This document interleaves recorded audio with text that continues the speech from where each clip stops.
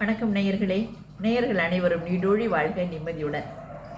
இன்னைக்கு ரொம்ப சிறப்பான நாள், அதாவது வைகாசி விசாகம். இன்னைக்கு நம்ம முருகப்பெருமானை எவ்வளவு தூரம் மனசார எந்த நேரமும் நினச்சி பிரார்த்தனை பண்ணுறோமோ அவ்வளவுக்கு அவ்வளவு முருகன் நம்ம கூடவே இருப்பார்.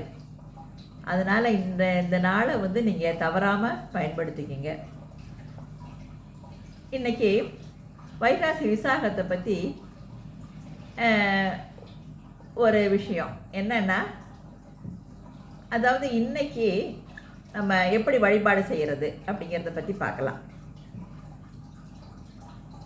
அதாவது முருகன் படம் இல்லை சிலை இருந்ததுன்னா அலங்காரம் பண்ணி செவ்வரளி மலர் இல்லை சிகப்பு செம்பருத்தி இதெல்லாம் சாத்தி சந்தன குங்குமமெல்லாம் பொட்டு வச்சு நம்ம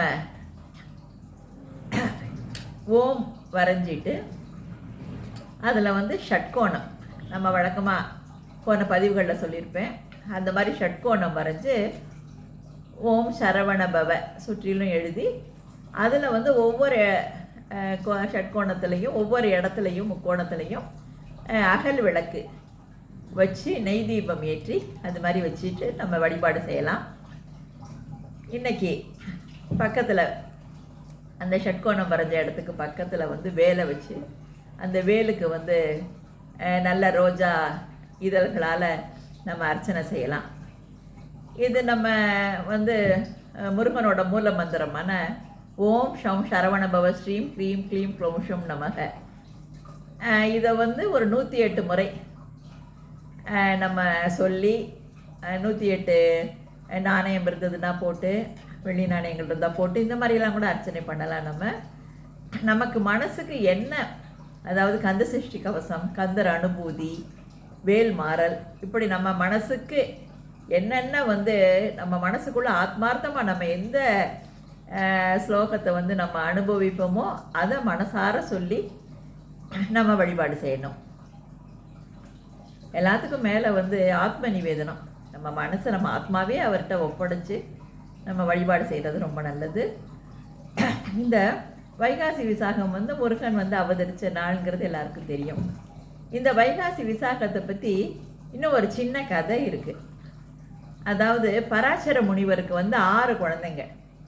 அவங்க 6 பேரும் ரொம்ப இந்த நேரமாக சேட்டை பண்ணிகிட்டு இருப்பாங்க.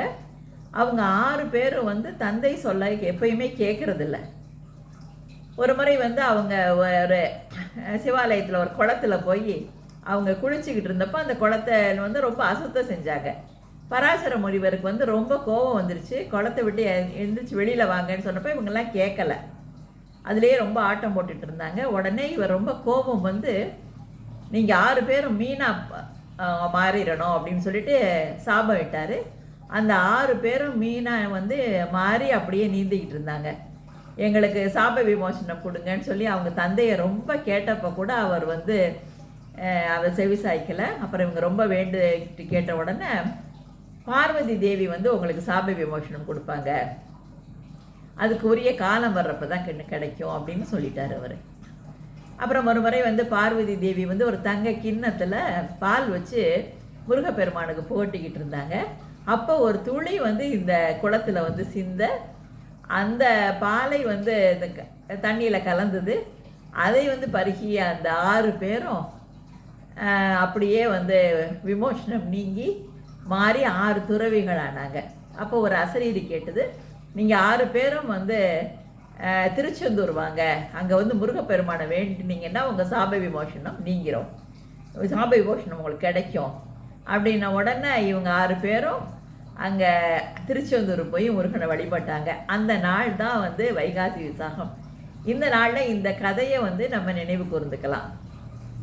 என்ன இத்தனை சிறப்பு வாய்ந்த இந்த வைகாசி விசாகத்தை நீங்கள் தவறாமல் இன்றைக்கி நீங்கள் முருகப்பெருமானை வழிபாடு செய்யுங்க.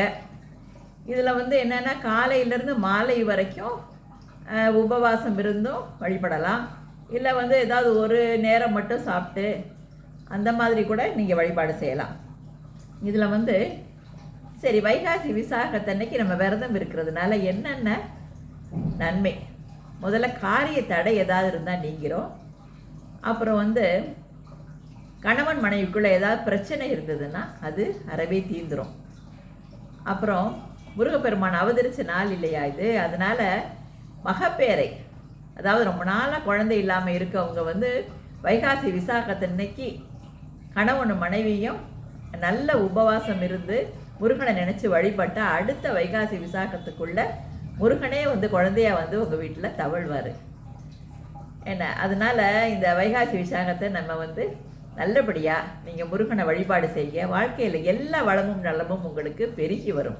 வாழ்த்துக்கள்.